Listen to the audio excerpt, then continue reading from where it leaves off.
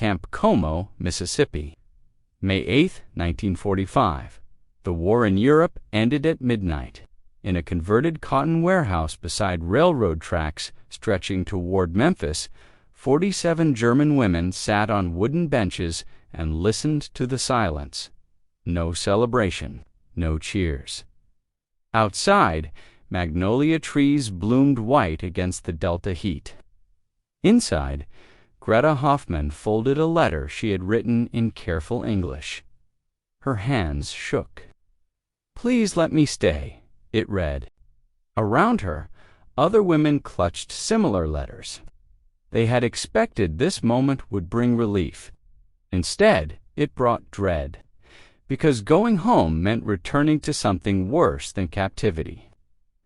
Before we continue, hit that like button and subscribe if you're watching from somewhere around the world. Drop a comment telling us where you're from. Your support keeps these forgotten stories alive. The women knew what awaited them in Germany. They had seen the newsreels the guards sometimes showed. Cities reduced to mountains of rubble.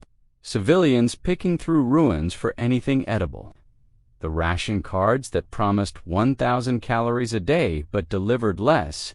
Hamburg, where Greta's family lived, had been firebombed in 1943. Operation Gomorrah killed 40,000 people in a single week. 60% of the city's housing destroyed. Berlin was worse. By May 1945, 1.7 million people, 40% of the population, had fled the capital. Those who remained lived in a wasteland where half of all houses were damaged and a third completely uninhabitable. And in that moment, sitting in the Mississippi heat with her letter crumpling in her hands, Greta realized something that would have seemed impossible 3 years earlier. She was safer as a prisoner in America than she would be as a free woman in Germany. Between 1943 and 1946, the United States held 425,000 German prisoners of war. Most were young men captured in North Africa, Sicily, and France. They lived in 700 camps scattered across 46 states. But among those hundreds of thousands were approximately 500 women. Nurses, auxiliary personnel, civilian workers for German companies caught in the wrong place when the Allies advanced. The women at Camp Como represented a fraction of this already small number. They had been captured in Tunisia and Algeria in 1943. Secretaries for shipping companies, telegraph operators for the Wehrmacht, Red Cross nurses attached to field hospitals. Women who had been conscripted into war work and found themselves on the wrong continent when Germany collapsed. Camp Como sat in the Mississippi Delta, surrounded by cotton fields that stretched to the horizon. It had been built to house Italian prisoners initially. 3,800 of them, but the Italians were moved out after Italy switched sides in 1943 and German POWs took their place. The base camp could hold several thousand prisoners. The women occupied a separate section, segregated from the male prisoners, supervised by Women's Army Corps officers. They worked in local factories, sewing uniforms, processing cotton, making parachutes. The Geneva Convention of 1929 required POS to be paid for their labor, 80 cents a day. It wasn't much, but it was regular. The work was honest. The meals were guaranteed. 3 times a day, every day, more food than many of them had seen in Germany since before the war started. No air raid sirens, no bombs falling. No nights spent in cellars wondering if the building above would collapse. For 2 years, they had lived in a strange kind of peace, and now that peace was ending. The news came from Lieutenant Sarah Morrison. She was 31, from Virginia, a WAC officer who had supervised the women's section of Camp Como for 18 months. She had expected tears when she announced the repatriation orders. What she hadn't expected was the scale of the grief. women weeping into their hands, into their pillows, into the thick cotton-scented air of a Mississippi summer evening, some crying so hard they couldn't breathe. She stood in the doorway of the barracks and watched 47 German women collapse at the prospect of liberation. Then she walked to Colonel Whitaker's office. He was the camp commander, a career officer who had overseen Camp Como since its opening. He looked up when Morrison entered. "They're not taking it well," she said. "The repatriation news." "Sir, they're devastated. Several have asked me directly if there's any way they can stay." Whitaker set down his pen. "That's not possible. Geneva Convention requires repatriation after hostilities cease." "I know the regulations, sir." Morrison's voice was steady. "I'm just telling you what's happening." Greta was 28, born in Hamburg, trained as a secretary. Before the war, she had worked for a shipping company in the harbor district. When conscription came, she was assigned to auxiliary services in North Africa. Clerical work, filing, typing reports, she tried not to read too carefully. She was captured in Tunisia in May 1943, transported to America with hundreds of male prisoners, then separated and sent to Mississippi.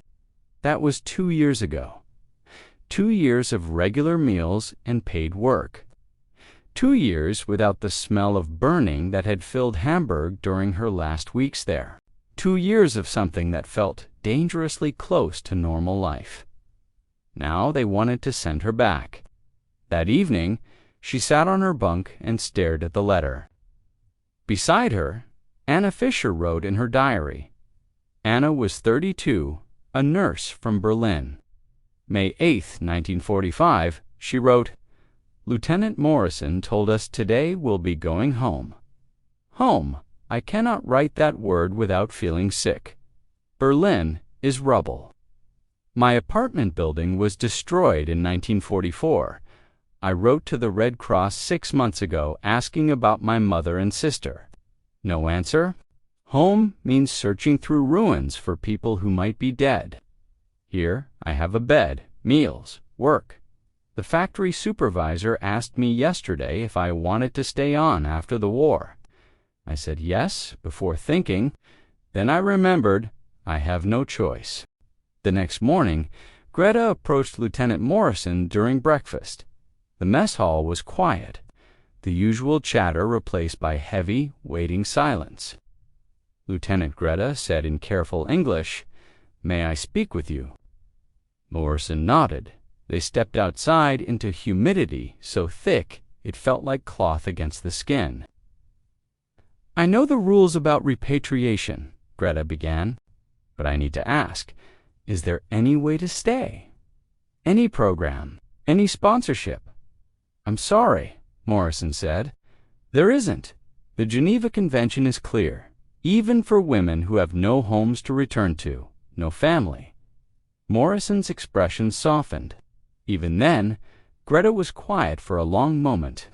Then she said, "Do you know what's happening in Germany now, Lieutenant? I've seen the newsreels. Then cities destroyed, food scarce. Everyone is guilty or everyone is starving. Probably both. Here I am, a person who sews uniforms and gets paid. There I will be whatever people decide I am. Probably nothing good." Morrison had no answer. What could she say?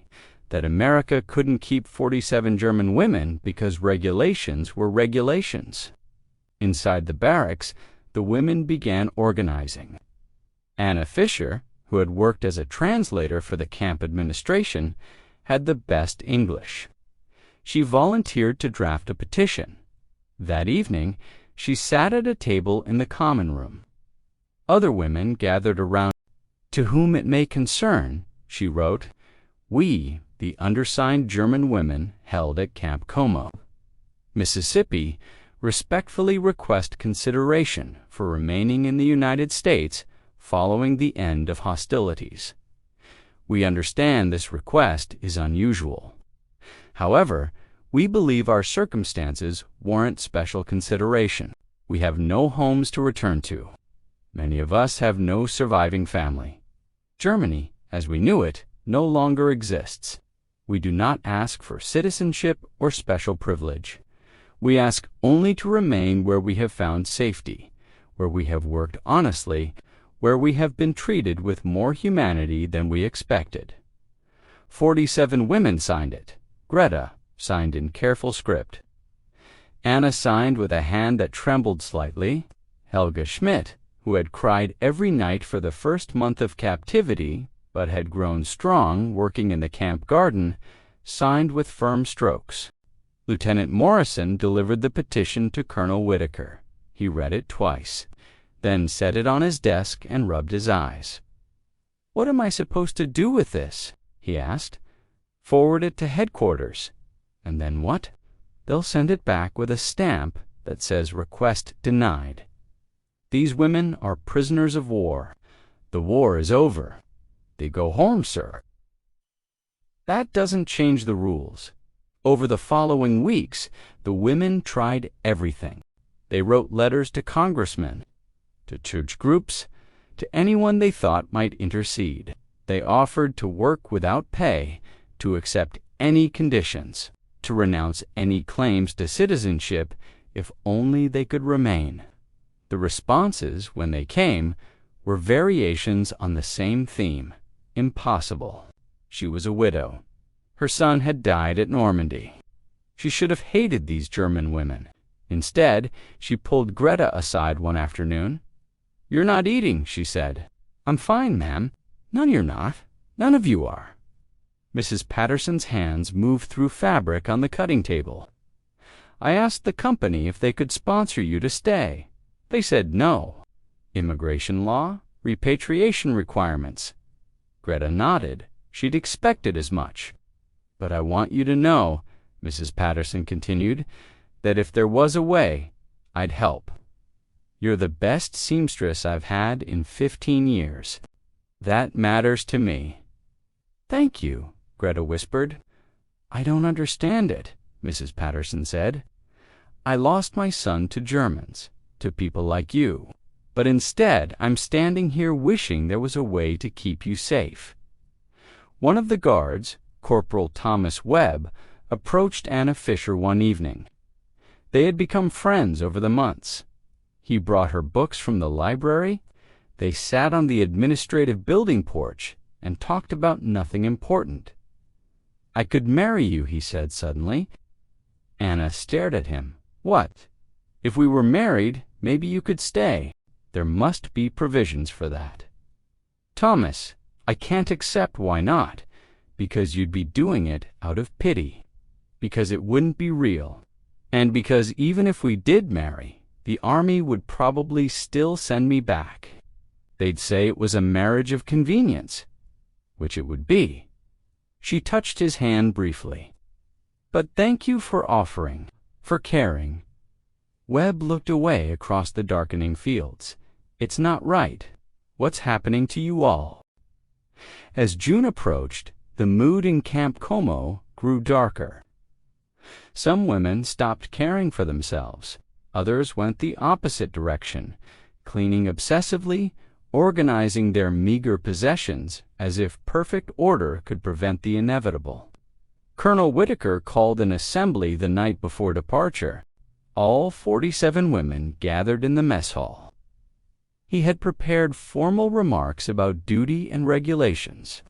But standing there, looking at these women about to be sent back to devastation, the prepared speech felt obscene. "I know you don't want to go home," he said. "I know you've asked to stay. I know that if there was a legal way to grant your request, many people here would support it. But there isn't. The Geneva Convention requires repatriation of prisoners after hostilities cease. America signed that convention, and we honor our commitments." Someone in the back started crying.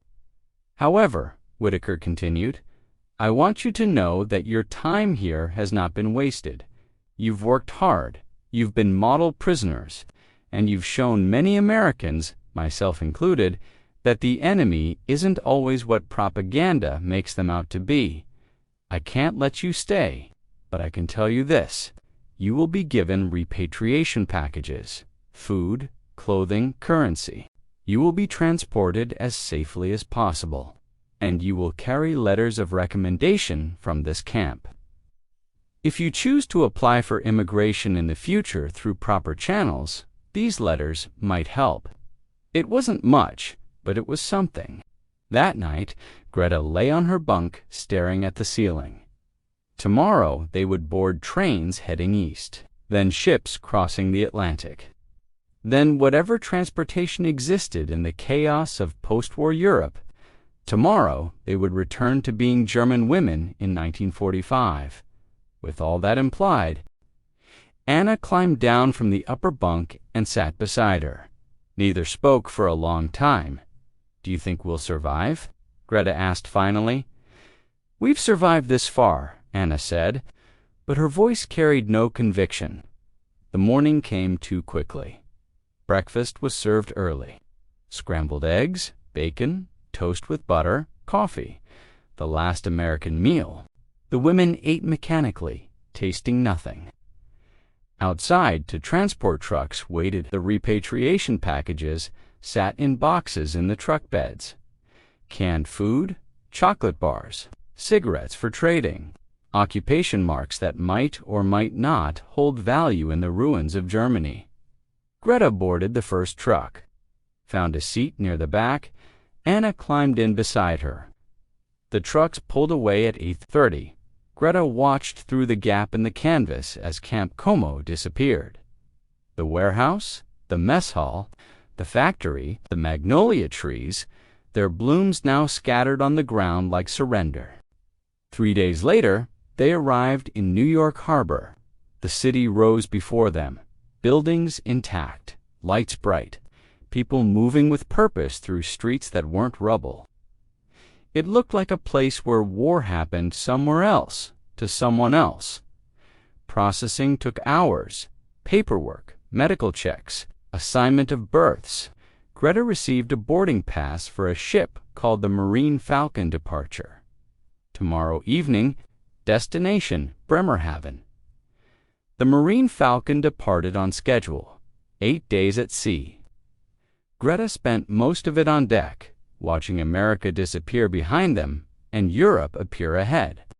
On the 6th day, Anna found her at the rail. "I'm going to try to come back," Anna said, "legally, through proper channels. It might take years, but I'm going to try. How? I don't know yet. Find a sponsor. Learn a skill that's needed. There has to be a way." She turned to look at Greta. "I'm not giving up. They sent us back, but they can't stop us from trying again." The Marine Falcon docked in Bremerhaven on a gray morning, rain falling steady and cold. The prisoners disembarked in groups. Greta stood on the dock, her duffel bag at her feet, and looked around. The city was rubble. Buildings stood like broken teeth, walls missing, roofs collapsed, windows empty as eye sockets. People moved through the ruins, thin people, hollow-eyed people. This was home. A Red Cross worker approached her, American. "Do you have family to contact?" Greta nodded. "My mother. In the countryside near Hamburg. We can help arrange transportation. It might take a few days." "Thank you," Greta said automatically. The worker handed her a pamphlet. Information about aid services, housing assistance, employment programs. Then he moved to the next person. The next crisis. Greta picked up her duffel bag and walked toward the temporary shelter. Other women from Camp Como walked beside her. Silent, separate. They had begged to stay. They had tried everything, and in the end, they'd been sent back anyway. Liberated into devastation. Freed into a country that was less home than grave. Some of the women from Camp Como survived. Anna Fisher made it back to America in 1952, sponsored by a church group in Ohio. She became a citizen, worked as a translator, married an engineer. She never forgot Mississippi, never forgot the factory where she sewed uniforms, never forgot the moment she realized captivity felt safer than freedom. Others weren't as fortunate. Helga Schmidt died of tuberculosis in a displaced persons camp in 1946. Several others disappeared into the chaos of post-war Germany, their fates unknown. Greta survived. She made it to her mother's location, lived in a single room in her aunt's farmhouse, found work eventually in a textile factory, married in 1948, had 2 children, built a life from the ruins. But she never forgot the letter she wrote in Mississippi. Please let me stay. And she never forgot the answer. Years later, when her daughter asked about the war years, Greta told her about Mississippi, about Camp Como, about magnolia trees and cotton fields, about factories and meals and American guards who treated prisoners like people. It sounds nice, her daughter said. It was, Greta replied. That's why we begged to stay. The Geneva Convention of 1929 required repatriation of prisoners of war after hostilities ceased. The United States honored that commitment. Between 1945 and 1946, 425,000 German prisoners were sent home. The women of Camp Como went with them.